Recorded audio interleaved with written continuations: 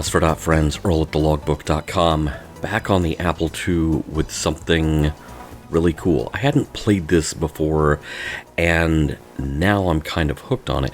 And here's the thing, this is not a fast play game. This is the Apple II computer moderated edition of TSR's late 70s board game, Dungeon. It is a wonderful thing. If you're already a fan of Dungeon, then the appeal's already there for you. Even if you're not, this helps to introduce you to why Dungeon was and continues to be such a fun board game experience. This is a computer edition of a board game, and it's very nicely done. This was released in 1982 for the Apple II by TSR itself. And let's just dive right in. Let's have two players. And have an elf, a hero, and a superhero.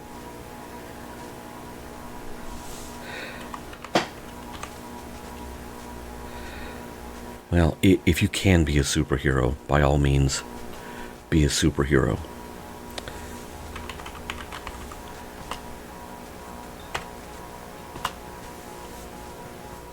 Since one of my characters is going to be a wizard, we are going to have some spells, and you know what? I truly do want the majority of my available spells to be offensive in nature, because it does not pay to get caught defenseless in this game. It also doesn't pay to deploy them needlessly. Okay, so here we have the game board.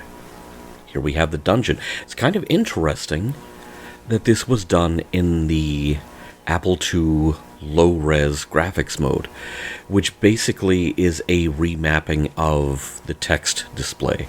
It's the same width and height as the text display. It's just that part of it is 16 color graphics, which the interesting thing about that is it's automatically more colorful than it would have been if they did the entire game in high-res mode, because the low-res mode had more color available to it.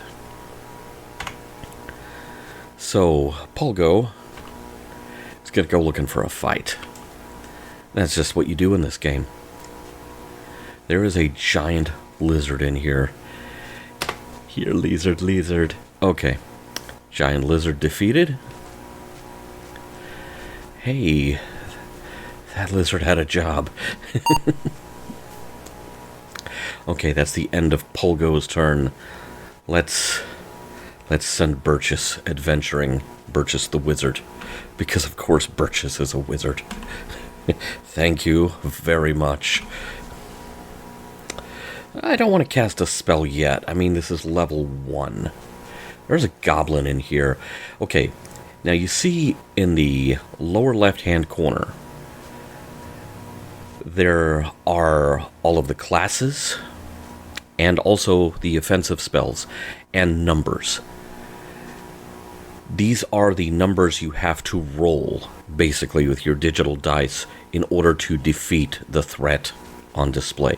I'm going to bet that I can roll a 5. I rolled a 7, so I defeated the goblin. Now, at the beginning of the game, you'll notice that there were kind of some cash values to define the win condition of the game. The superhero has to accumulate 20,000 gold pieces worth of treasure. The wizard has to accumulate 30,000 to win. So the decks are stacked against poor old Burgess the wizard. No, thank you very much. There is a skeleton in here, but I only have to roll a 3 to defeat it. Alright. I really had no bone to pick with you, skeleton, but that's how it played out. Okay, end of Polgo's turn. Now, where you see a white divider between areas on the board, that is a secret door. Hey, I found a secret door. That's the end of the turn.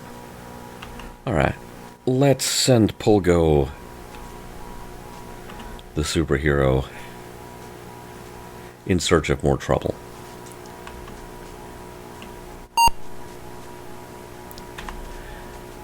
And let's send Burgess off to explore. Oh, Burgess has found his way to level 4. That may or may not be survivable. The spells may start getting used really rapidly. Hey, it's another skeleton. I only have to roll a 3 to defeat it. In the original board game, these numbers, what you had to roll to defeat, what each class had to roll to defeat a given enemy, those were on little cards. And so the computer game is very faithfully replicating the board game experience.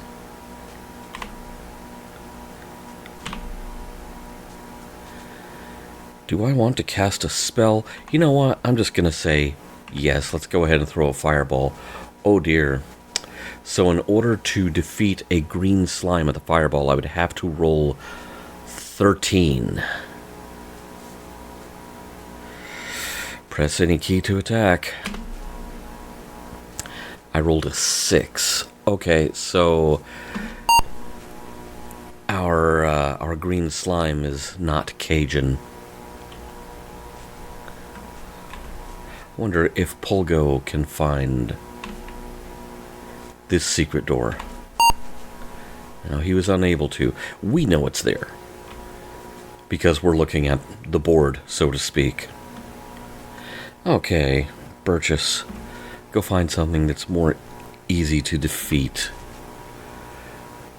Oh, a mummy. I only have to roll an 8.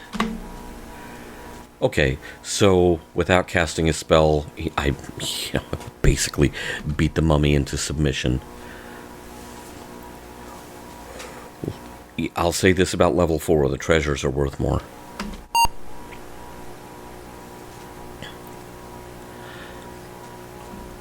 Unlike Dungeons and Dragons, which was also published by TSR, you're not really having to do a lot of bookkeeping as far as hit points or things like that.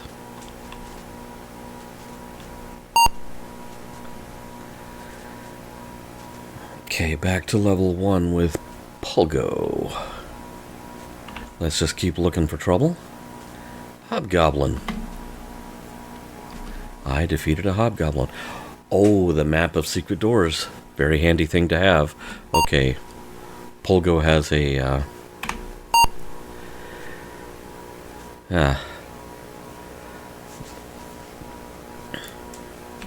Pulgo has an advantage here for the rest of the game, provided he does not lose that treasure in a later skirmish.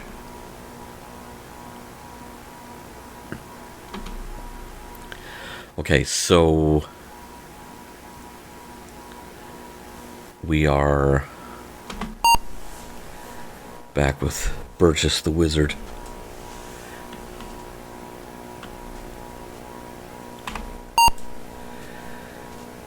Okay, wasted that turn trying to find a secret door. Okay, I get it. Now that Pulgo has the map of secret doors, he is going to...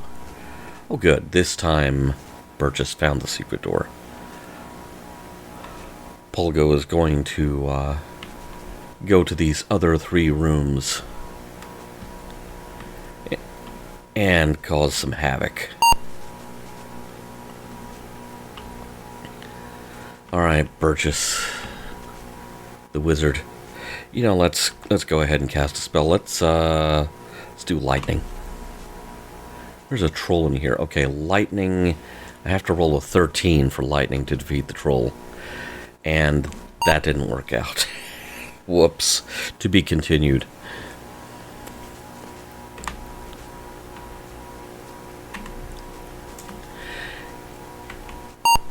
Obviously, you only have so many moves per... Okay, I only have to roll an 8 to physically defeat the troll. Okay. Should have done that instead of wasting the lightning spell. It's all cool. Oh, good. Burgess has his own map of secret doors.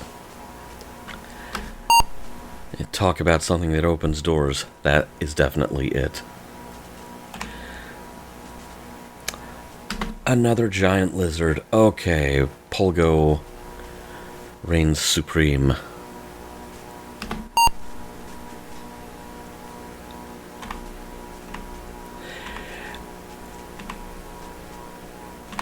Okay, now that we have the map, there is a giant in here. I would have to roll a 10 to defeat it.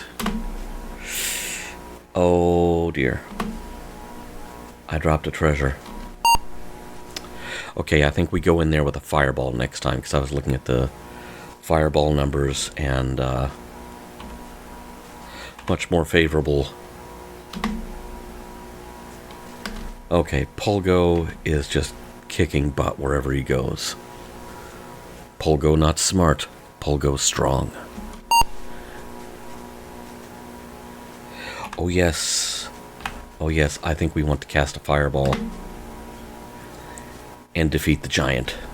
Thank you very much. Oh, nice.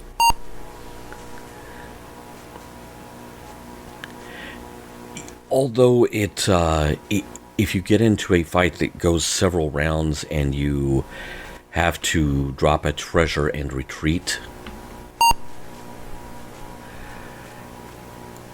and then you eventually win it, and you're thinking, oh, well, hey, I got a bunch of treasure. It's a bit of a mind trick, because a lot of the treasure you get is you're getting back the stuff you dropped. Hey, lizard. Oh, nice. +1 magic sword. As you can tell, there's a lot of common DNA between Dungeon and Dungeons and Dragons, which was also a TSR product, and Gary Gygax, for the record, did... Oh, Giant, I miss you too, Giant. A giant missed you. Okay, Polgo has emptied out level 1.